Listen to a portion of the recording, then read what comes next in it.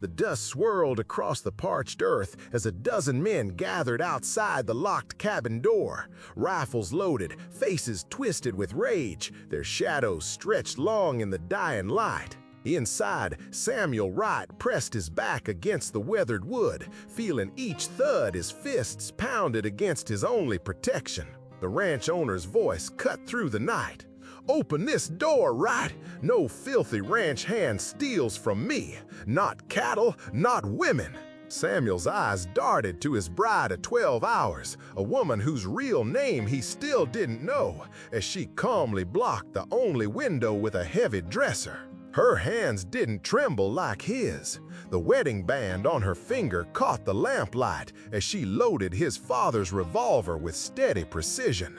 "They're going to burn us out," Samuel whispered, the taste of fear dry in his mouth. She met his gaze with eyes that had seen worse horrors. Let 'em try. 3 days earlier, the drought had claimed Samuel's last hope. His small inherited ranch was dying, the creek dried to cracked mud, his remaining cattle hollow-eyed and desperate. The bank would claim everything by month's end. At 36, with calloused hands and nothing to show for a lifetime of labor, Samuel rode into town with the last of his dignity wrapped around him like a threadbare coat. The cattleman's saloon fell silent when he entered. Ranch hands and businessmen alike paused their card games to watch the spectacle of Samuel Wright's final humiliation. Jeremiah Powell, the territory's wealthiest rancher, held court at the center table, his laugh booming across the smoke-filled room before Samuel had even reached the bar. "Well, if it ain't the poorest excuse for a rancher west of the Mississippi," Powell announced, eliciting cruel laughter from his sycophants. "Come to sell that worthless patch of dirt before the bank takes it." Samuel removed his hat, dust falling to the floor like his diminishing hopes. "I've come about the prize heifer you advertised for your shooting competition." Powell's laughter doubled, a sound like rocks in a tin can. "You think you can outshoot my men? With what? That rusted piece your daddy left you?" More laughter rippled through the room as Powell stood, towering over Samuel's weather-beaten frame. His expensive vest strained against a belly full of good cuts of meat, while Samuel had been living on beans for weeks. "Tell you what, Wright, I'll give you that cow for free if you do something even more entertaining." He gestured toward the corner where a woman sat alone, dressed simply but cleanly, her face partially hidden beneath a worn bonnet. Mary, the stranger woman. She's been asking for work, but no decent household would take her. No papers, no name she's willing to share. Probably running from something. The saloon erupted in laughter. Poor Wright marrying a nobody for a single cow. Samuel looked at the woman, who stared back with unreadable eyes. There was something in her posture, not defeat, but a coiled watchfulness that struck him. Powell leaned in, voice dropping to a stage whisper designed to carry. "Do it now, Wright. Sheriff can witness. You get your precious cow to breed your pathetic herd, and we get the best entertainment this town's seen in years." The room fell silent as Samuel crossed to the woman's table, humiliation burning in his throat like bad whiskey. "Ma'am," he said quietly, "I apologize for this indecency, but I need that animal to save what little I have." She studied him, her eyes calculating something he couldn't fathom. They were deep brown, intelligent, and showed no fear, unusual for a woman alone in a town like this. "And what do I get from this arrangement, Mr. Wright?" "A roof, food when I have it, protection as my wife, for whatever that's worth." He swallowed hard. "And my word that I'll ask nothing of you that you don't wish to give." For the first time, something flickered in her expression, surprise perhaps. "Your word, is that worth anything in this town?" Behind him, Powell's men snickered. Samuel straightened his spine. "Not to them, but it's all I have left." She stood, surprising everyone. "Then I accept."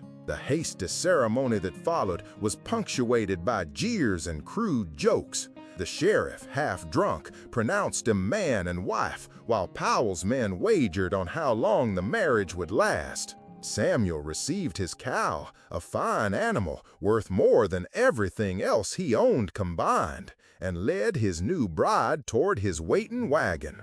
As they left town, the sound of laughter followed them like a storm cloud. They rode in silence for miles, the prize heifer tethered behind them. The woman sat beside him, back straight, eyes forward, as if this were merely another journey in a life full of difficult passages. When they crested the hill overlooking his small failing ranch, Samuel finally spoke. "It's not much. It's more than I had yesterday," she replied, her voice carrying no regret. As evening approached, Samuel showed her the cabin, a simple one-room structure with a small stove, a table, and a single bed. "I'll sleep in the barn," he said, gathering a blanket. She caught his arm, her touch light but firm. "Mr. Wright, why did you really agree to this arrangement? There must have been other ways." Samuel looked out the window at his parched land, the failing fence line, the empty corral. "That heifer is purebred stock. With her, I might save this place. My father built it with his hands. It's all the legacy I have." She nodded slowly. "I understand protecting what's yours." Samuel headed toward the door when a sound caught his attention. Horses approaching, many of them. The rhythmic drum of hooves against hard earth was unmistakable. "Stay inside," he ordered, grabbing his rifle from above the door. At the edge of his property stood Powell and his men.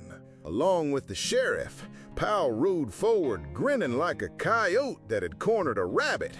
"Congratulations on your nuptials, Wright, but there's a small issue."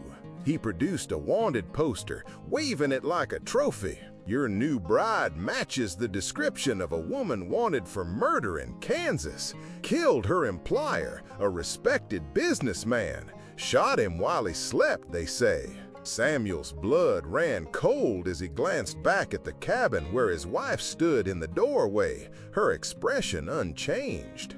"Sheriff's here to take her in," Powell continued, satisfaction dripping from every word. "Reward money should cover your debt to the bank, though, so it works out for everyone." The sheriff stepped forward, looking uncomfortable.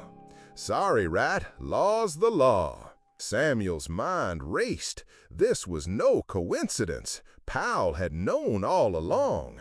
The humiliation in town, the marriage, all of it was to deliver this woman to a fate Samuel couldn't imagine. He studied the sheriff's reluctant expression, Powell's barely contained glee, and knew with certainty that justice had nothing to do with their presence. He made his decision in a heartbeat, stepping between the men in his cabin. "You'll need to show me proper papers, not just a poster." Powell's smile faded like mist in the morning sun. "Don't be stupid, Wright. She's a stranger to you." "She's my wife," Samuel replied, surprising himself with the conviction in his voice. "And you're on my land." The woman moved beside him, her face calm as still water. "The man I killed in Kansas was selling young girls to mining camps," she said quietly, for Samuel's ears only. Samuel didn't hesitate. "Get inside," he whispered. "Lock the door." As she retreated, he faced Powell and the others. "You have no jurisdiction here, no proof. Leave my property." The sheriff looked uncertain, but Powell's face darkened with rage. "You're choosing this woman over your standing in this community? Over the law?" "I'm choosing what's right," Samuel answered, raising his rifle slightly. "Now leave." For a moment, it seemed Powell would back down. Then he smiled coldly. "Boys, burn the barn. If Wright wants to protect a murderer, he can watch everything else burn." Two men dismounted with torches, heading toward the barn where the precious heifer was stabled. Samuel fired a warning shot into the air, but knew he couldn't hold them all off. his heart pounding against his ribs like a trapped animal.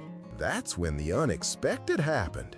A young boy emerged from the trees. Toby, the son of Samuel's nearest neighbor, 5 miles away. He was no more than 10, his clothes dirty and torn, his face streaked with soot and tears. "Mr. Wright," the boy called, running forward despite the tension. "Pa sent me to warn you. These men burned our place yesterday when Pa wouldn't sell to Mr. Powell." The sheriff turned sharply. "What's that, boy?" "They said it was an accident," Toby continued, tears streaming down his dirty face. "But I saw 'em do it. Pa's in town now, telling everyone." The atmosphere shifted instantly. Several of Powell's men exchanged nervous glances. One man in the back of the group even reined his horse around, ready to flee. The sheriff faced Powell. "Is this true? You've been burning out homesteaders?" Powell's face contorted with rage. "The boy's lying. Wright put him up to this." "I ain't seen Mr. Wright in weeks," Toby insisted, his young voice carrying the unmistakable ring of truth. "But I saw your men clear as day when they threw torches on our barn. Ma's still coughing from the smoke." Inside the cabin, Samuel's wife had emerged with his revolver trained steadily on Powell. "I have experience with men who abuse power, Sheriff," she called. "They leave the same trail of broken lives wherever they go." One of Powell's own men suddenly broke ranks. "I didn't sign on for burning out families," he declared, backing his horse away. "Shooting rustlers is one thing. This ain't right." The sheriff, faced with mounting evidence and waning support, made his choice. "Powell, we're riding back to town. There are questions that need answering." Powell's face twisted with fury. "You'll regret this, Wright, both of you." As the men reluctantly departed, Samuel brought the boy inside. His wife tended to Toby's exhaustion with gentle efficiency, feeding him, cleaning his face, checking for burns or injuries. Samuel secured the cabin, knowing Powell would return. The prize heifer, their one hope for the future, lowed softly from the barn. Night fell, and with it came the sound of approaching riders. Powell had gathered more men, determined to finish what he'd started. They surrounded the small cabin as Samuel's wife calmly locked the door and barricaded the window. "I'm sorry I brought this trouble to your door," she said, checking the revolver's chambers one last time. Samuel shook his head. "Powell would have found another way to take my land. At least now I'm not facing him alone." She smiled for the first time since he'd met her, a small, genuine gesture that transformed her face. "No, you're not." The night passed in tense vigilance, punctuated by threats called through the darkness and occasional shots fired over the roof. The boy slept fitfully in the corner, while Samuel and his wife took turns watching the door and window. They spoke little, but in those quiet hours, a wordless understanding grew between them.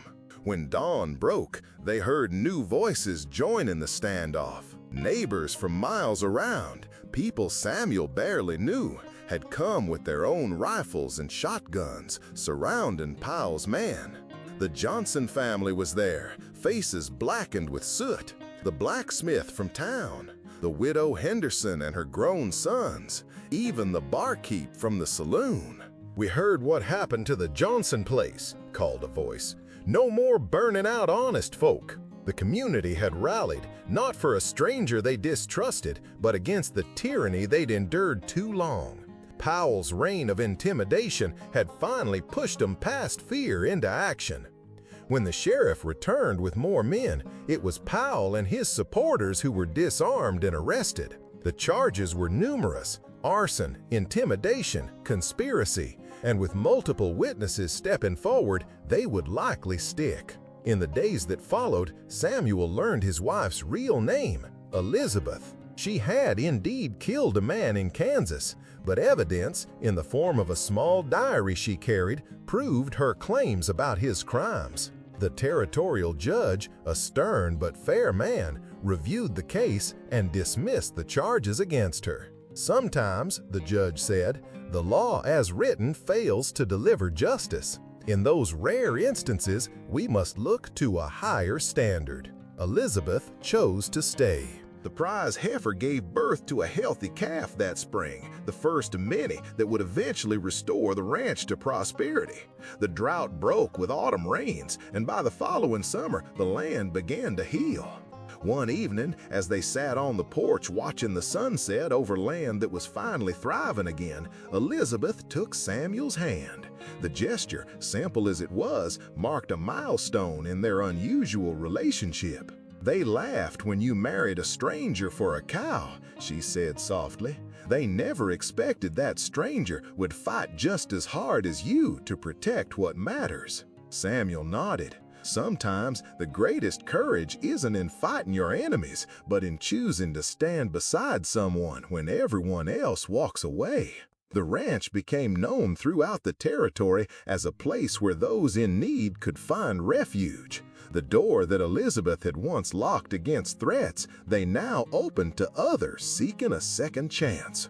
Women fleeing bad situations. Orphaned children, men down on their luck. Not everybody stayed, but all found at least temporary sanctuary. Powell served 3 years for his crimes, and when he was released, he sold his holdings and moved east. The community grew stronger in his absence, the bonds forged during those difficult days creating a foundation of mutual support that withstood future hardships. In time, the story of their unusual beginning became something of a legend. How the poorest rancher and a woman with no name built something that couldn't be measured in cattle or acres, but in lives transformed. Their marriage, begun as a cruel joke, had become one of the territory's most respected partnerships. "I've wondered," Samuel said to Elizabeth on their 5th anniversary, "what would have happened if you'd never walked into that saloon that day?" She looked at the thriving ranch around them, at the children they'd taken in, at the community they had helped build. Some things are meant to be, even when they begin badly.